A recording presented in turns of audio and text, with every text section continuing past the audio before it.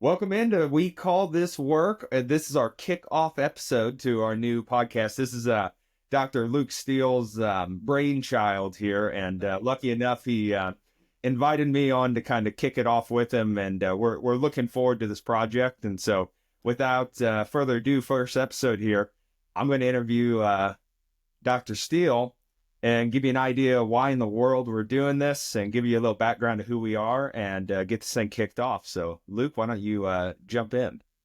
Yeah, well, my name's Luke Steele. I practice here in Pinckneyville. Me and Travis were both in dental school together for 4 years. Ugh. Truthfully, I know. Truthfully, I think we're doing this just because to bring more awareness to the area. Kind of tell everybody, what we do, because we are in kind of a small group here in Southern Illinois. There's not really too many of us anymore. Because I think we've been out, 10 years now? Yeah, so we barely qualify as the young new dentist now. We're hitting the second phase. That is correct. Yeah. I was actually thinking about that today. I'm like, how many people have came back since you and I did? And I can't even think of 5.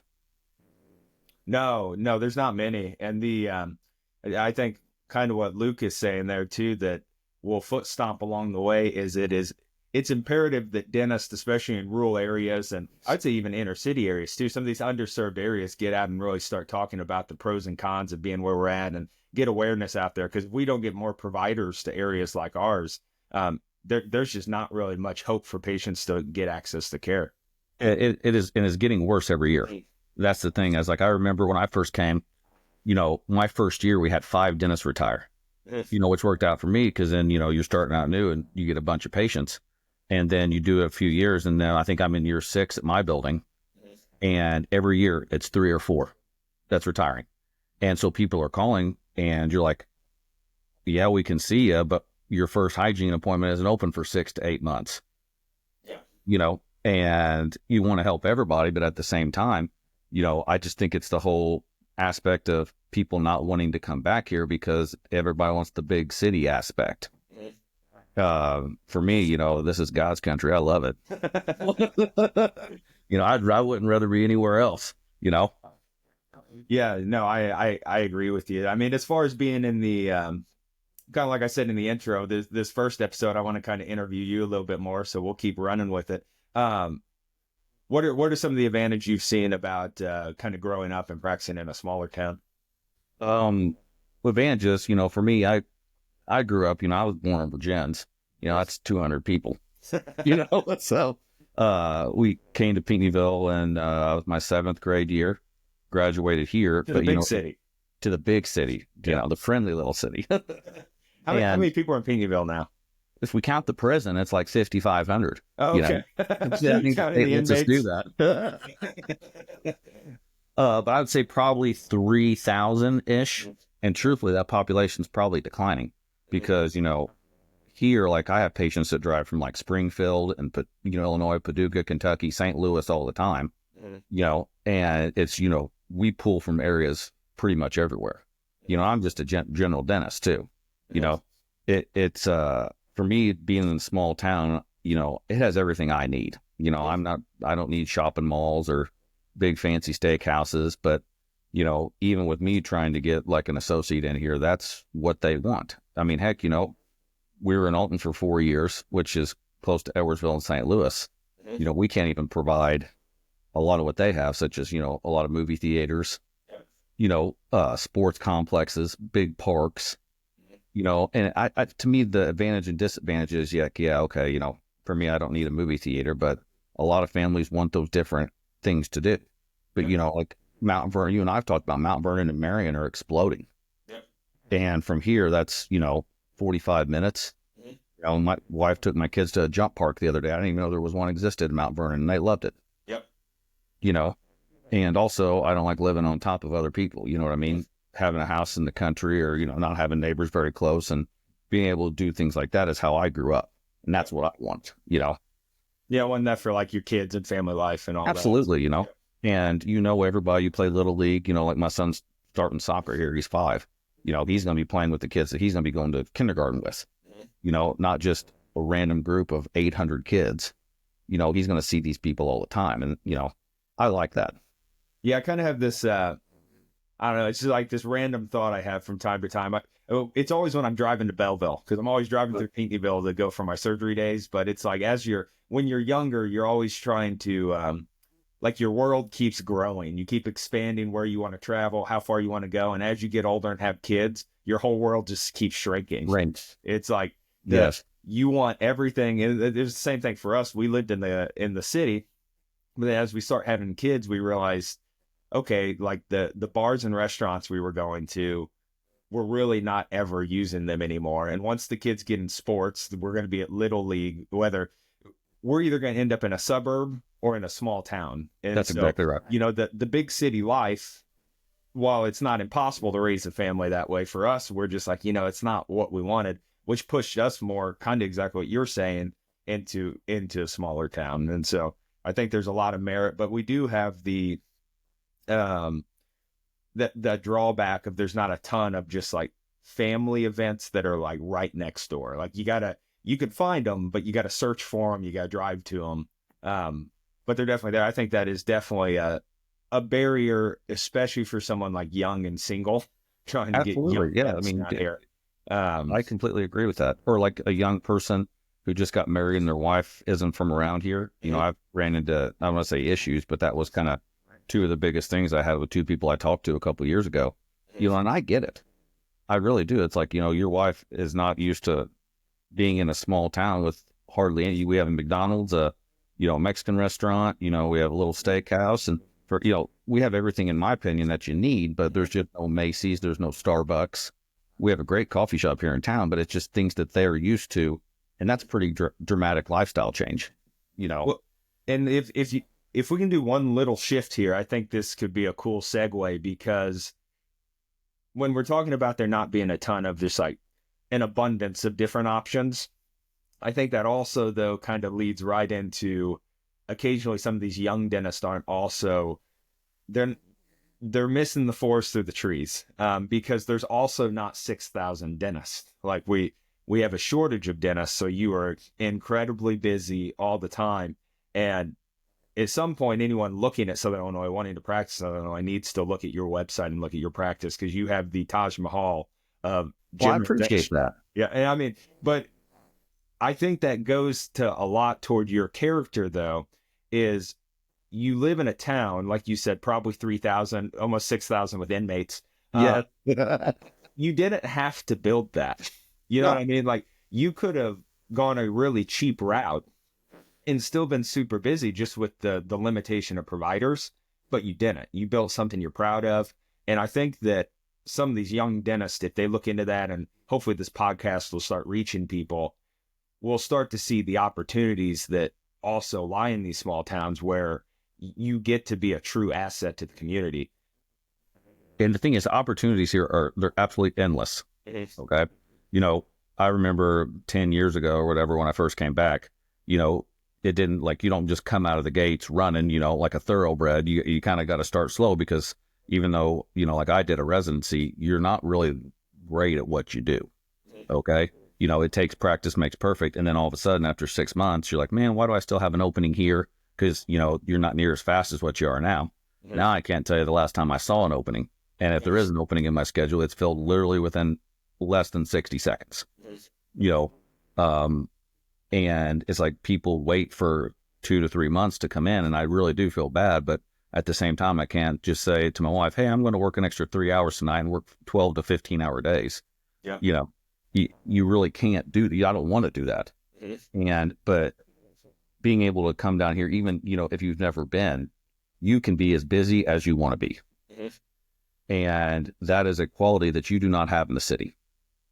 If you go look at, like, I remember when I lived in Edwardsville, it was like 50 dentists. There was one every other block. Yep. Here, we have another dentist here in town, and we have a couple in DuQuoin, and you're talking about 5 or so dentists serving 10, 15,000 people, probably more than that. And that's without like other feeder areas coming in, because you have smaller towns such as, Virgins, Tamaro, things like that. And you're like, oh, that's just a couple hundred people. Well, that's quite a lot of people. You'll have like Sessler that's got 1,500. Where do they go? Look at Benton. There's not that many dentists in Benton anymore. Nope. And so you have people that you're serving. You can't just look at the sign as you come into Pinckneyville. It says 5,500. You got to look at the surrounding area and how many people there actually are. And I'm gonna tell you, they're few and far between compared to what there used to be. Well, and you kind of hit the nail on the head at the beginning when we're talking about all these dentists retiring. In our area, what I think almost everyone's seen is a dentist retires and immediately they're either trying to find another dentist to take their patients or the patients are scrambling, but everyone being booked out 6 to 8 months. And now all of a sudden you've got, so like in your situation, I would not be shocked if here in the next 5 years you had 4,000 patients from Heron trying to drive to Pinckneyville because they're going to be, they're going to have dentists retiring left and right. And the thing is, these dentists, they can't even sell their practices. They're literally closing the doors. Mm-hmm. I could name 4 right off the top of my head, mm-hmm. and I won't mention any names, and they have pretty good sized practice, and they're in their 60s. Yep. Definitely time to retire as a dentist. Mm-hmm. And they have to walk away because you can't even get someone to nibble at it. Yep.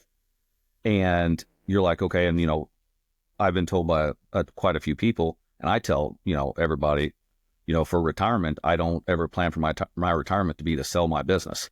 Yep. You kind of got to save up because the chances of that happening, is really small in this area. No matter what I have here, it's easier in my opinion. But at the same time, it's like might not get that many shots, if that makes sense. Compared if this place was in Edwardsville. No, completely agree. And I think it kind of goes back to that general idea that being closer to a city is going to lead to more prosperity and lead to more opportunity. And I would say you and I, without, again, getting too far in the weeds here, would say that is the farthest thing from the truth that either of us has ever seen. Absolutely. And as we get going here, I know we've got a few people in mind that we'd like to have on as guests. One guy in particular that's going to come on here and blow people's minds as far as like where the opportunity is with the study groups and all of that. We are very fortunate, especially in this area, in my opinion, to have some of like the best specialty minds that there are. And the thing, all I got to do is pick up my cell phone and they will answer. And if they don't answer, they'll call you back within an hour. Yeah, that's actually a really good point to bring up too, is that's something that, like, if I go to like a Southern Illinois Dental Society meeting or something like that, anytime I've spoken at one of those meetings, it has been, I've started the exact same way, which is Southern Illinois is collaborative. Like you get in the city and you get into a lot of private equity coming into dental and a lot of these DSOs, it is getting more competitive per se, but we're still largely, individual doc owned small practices, like small relative to the Heartlands or Pacifics of the world or Aspens of the world. Absolutely. But to your point, I can call you at any time. I can call anyone over at Lauren's practice anytime. I mean, any of the specialists around here, I can text them like anytime I need something. And it's that collaboration is not something you see. In my experience, I never saw that when I was in even the suburbs of St. Louis. And the thing is, they want to help you. Yep. Okay. It's not like, over the years, if any dentist says they haven't had an issue, whether it be someone who's bleeding or you got it over your head or you get into a root canal, and you're like, holy cow, like I did not see this on a 2-dimensional x-ray. Yep. They will literally, get them in either that day or within a couple days because they want, not only to take care of your parents, but they want to take your patients, but they want to take care of you. Yep. Which in my opinion is absolutely priceless. Yep. And it's not only a great resource for me and the patients, but I also get to learn, be like, okay, like I did this, don't do it again, stupid.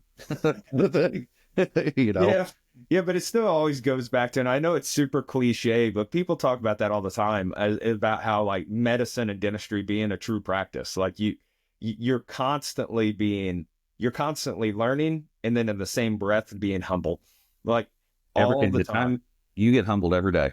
Every day. And it's like, it can be every day. I literally just did something not long, like today, that was, oh, this is going to be super routine. And then I'm like, wow, this might be top 5 hardest fillings I've ever done. And you just right away come in with an attitude of, oh, no big deal. And you're like, oh, just kidding. This is actually going to suck.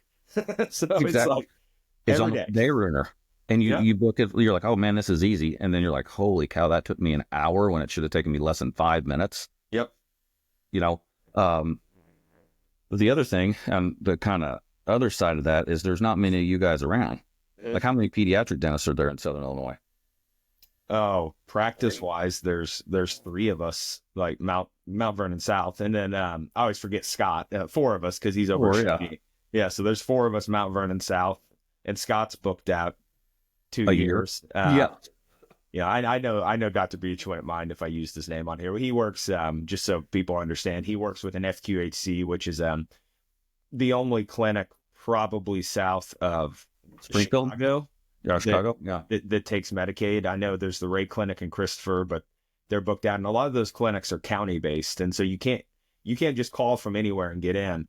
And so I mean, their clinic is probably servicing 80,000 kids. I mean, it just an obnoxious number of kids that they're trying to see. So he is here, but you can't get in. It's impossible. So of the practices that have openings, there's myself, there's the practice in Marion, practice in Mount Vernon. And I mean, we've got people driving from, we had someone from Indiana the other day, someone from Kentucky, people from Missouri. We've got people, we're drawing from about a hour and a half radius each direction. So it's, which is incredible, because if you were in, let's say, Belleville, that doesn't happen. No, you definitely have a much smaller radius now, a more dense population, so they're not struggling either, but you definitely, in these rural areas, I think the one thing people have to be very careful about is when you pull a demographic report, they're going to see, oh, there's only 40,000 people and 20,000 of them are below a certain income standpoint. You have to expand that radius so much further than what the national averages are, because it's not indicative of where you're going to draw from when the word gets out. Not whatsoever. Yep. And everyone's like, oh, Southern Illinois, no money, people can't do anything. I have never, since I've practiced here, ever looked up the statistics of average income of a household or anything like that, because I've never had an issue of people not wanting or being able to pay for care. The majority, I'd say 98%. Okay. There's more than what people think. You might not see suburbs with $3 million houses, but that doesn't mean that people cannot pay for treatment and that your business isn't going to be successful because of that. And I think that is a big fallacy that people look at, and they look at small, farming communities or small areas, and they're like, oh, there's no money down there, or people can't do or pay what I want to be able to do. And that's a complete lie. That's, ask any oral surgeon how many wisdom teeth they take out around here. Yeah, no kidding. I mean, it's 100 a day. Yeah, and they're charging the exact same as somebody does in the city. Yep. Well, and I think the other opportunity you run into, and I know even between our two practices, we handle this one a little differently, but someone coming down here where you were saying the access to opportunity, there's just an abundance of opportunity. They could literally open a practice and they could work, you can work 3 days a week and work 4 hours a day and be full the whole time, or you can work 6 days a week, 12 hours a day and be full the whole time.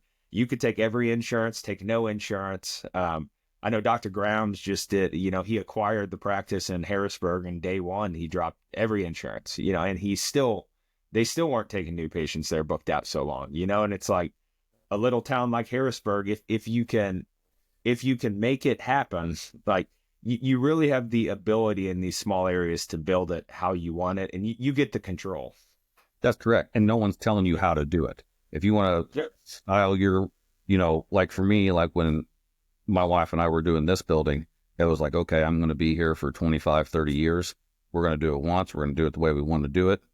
And my brother-in-law, you have to look at my website and see, he came up, he's an English teacher, and he came up with big city look with a small town feel or something like that. It was quite clever. I did not come up with it. Yes. And, it's how I kind of want to do is I want people to see my practice, and my place is okay, it's not going to be a hole in the wall. I want them to, when they walk in, you want to have that wow factor of okay, this guy means business, and you can take him seriously. And I know you're the same way, and they will get no different treatment if, you pick this place up and go to Edwardsville or St. Louis or West County than here. It's the exact same treatment that you're going to get. It's not like we use anything cheaper or we cut corners, because that's definitely not the case. Yep. Yeah, and the I would say that's the other. You could say a pro and a con is if you're in a small town, there's nowhere to hide. Like, everyone's going to know your kids are in class with their kids, and you're going to see them at basketball, see them at soccer. You are vested in a good outcome for your patients, so that you don't hear about it every single day at the grocery store. That is exactly right. Because the thing is, you will go. I went to the grocery store today, and they're like, I'm not really big on the whole, like, when I go out, people call me doctor, because I'm like, no, it's Luke or Lucas. Does not, but I don't do that. I always remember that, was it the line off The Hangover, when the first one they go into like Caesar's Palace, and Stu was like, oh, my name is Dr. something, and Bradley Cooper was like, you're a dentist. If you have a heart attack, still call 911. For some reason, that just stuck in my head. And around here, you're just looked at as just a normal person, but you just provide something that isn't really readily available. Yeah, when do you think that switch, because it's like, traditionally the dentist was just like part of the community, part of the town, just like you're an average person that was a dentist, and kind of like an auto mechanic. Like, you knew what they did professionally. And then at some point, not that we don't work hard in school, like I understand we work really hard, but it got like more prestigious, you know what I mean? Where it was like, now we're doctors, and it's like, well, I mean, we are, but you prescribe drugs, yeah, I mean, we have a DEA license. That's probably when we got more prestigious, when the opioid epidemic happened. People were like, oh, there's doctors. But now, I mean, at some point there was a switch, and I'm like you, where I'm just like, I just want to be a normal part of the town. You never want to be the person to hold your nose up to anybody else, because you're no different, and that's the way I've always wanted to be that way. I always tell everybody, like, I try to keep my head below water and just kind of swim along, because the more you put yourself out there and you do that, the greater targets you got on your back. And I think people respect you more when you are the normal person and don't demand, that sort of respect aspect. Because for me, that's not the case. Like, I'd rather them not do that. Yeah, and I think that's part of the reason you and I get along so well too, is that's like we're going to be focused and business minded, but the way I always describe it, like, even to patients, is like, listen, if you need your tooth fixed, and I didn't even mention this, I'm pediatric, for anybody watching, I'm a pediatric dentist. So if your kid needs help, I'm happy to help them. But the moment I need my car fixed, I'm worthless. Like, I'm going to need a mechanic. I'm going to need a contractor for my house. Like, I know a lot about a very limited subject. And so then that, again, going back to that humility factor of, you're just in this domain, you're really smart, but tomorrow you're going to need someone else who's the expert at something else. So you're best not to just put your nose in the air and act high and mighty, because it's just not going to get you very far. Oh, absolutely. It's like, I know enough about electricity to get myself killed. I could put a ceiling fan up. Where it's at. Yeah. Or plumbing, I could make probably water run backwards, when it shouldn't. That's how much I know, because I agree with everything you just said. Well, going up here, we're kind of venturing on about the 25-minute mark. I know we're going to do this for years ahead. For this intro episode, is there anything specifically you want people to kind of know about you I didn't touch on, anything like that? I think for me personally, not really, but I think people need to, hopefully what they get from this is, there is a lot in this area that I think is very advantageous to people that they just don't know about. And that I think our main thing is, like, we're definitely not going to talk about teeth every episode. You might talk about some bad experience or something like that, but it's more bringing like things up that are going on down here that people might not hear about. That'll be like, oh man, that happens in Southern Illinois, and it may gain some traction.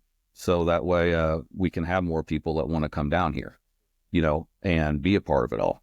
And I have kind of seen people that, it's weird. It's like this last week, I had a couple from Arizona come in, and they moved from Arizona to here. And in the back of my mind, I'm thinking, why on earth would you go Scottsdale, Arizona to Peteneeville, Illinois? But that's people want it. And I do see a kind of a shift to that, and if we can bring light to the fact that there is a lot to do around here that people might not know about, I think the area is going to be more successful. I said, for us, I don't think either one of us are aiming at making our business lives more successful, but, taking it to a next level to where like we might not have known that was possible. Absolutely. Well said. How many times you rehearsed that in front of the mirror? I have not. Believe it. I was actually thinking, when I was going to the grocery store today, I'm thinking, man, I just hope I don't screw this thing up and sound like a idiot, No, that was successful. No, I think you're nailing it. It's kind of it sounds like you're doing a lot of I'm terrible with quotes, but the general quote, I think, is a rising tide lifts all ships. Yeah. And I think you and I are on the same place here where it's like, if we can do something that elevates the area, we're going to inadvertently elevate our businesses at the same time, but we're hopefully going to get more people, more providers, because people are leaving Illinois like every year. So if we can get more providers to the area, take care of like those around us, our friends, families, colleagues, then maybe even get some of these practices sold for people. Absolutely. And it doesn't put the pressure on. It only helps everybody. It does. And like I always say to the girls, I got quite a few that work for him, like, you work hard. The more you make this business successful, the more I will make you successful. I'm not the type of person that does not want to give back to them because they work just as hard as I do.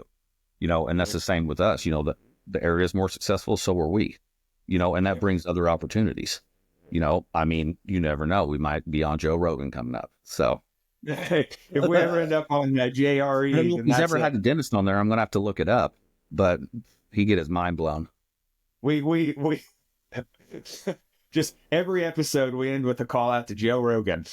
That's right. And we're ready whenever you're ready, Joe. I will fly to Texas, buddy.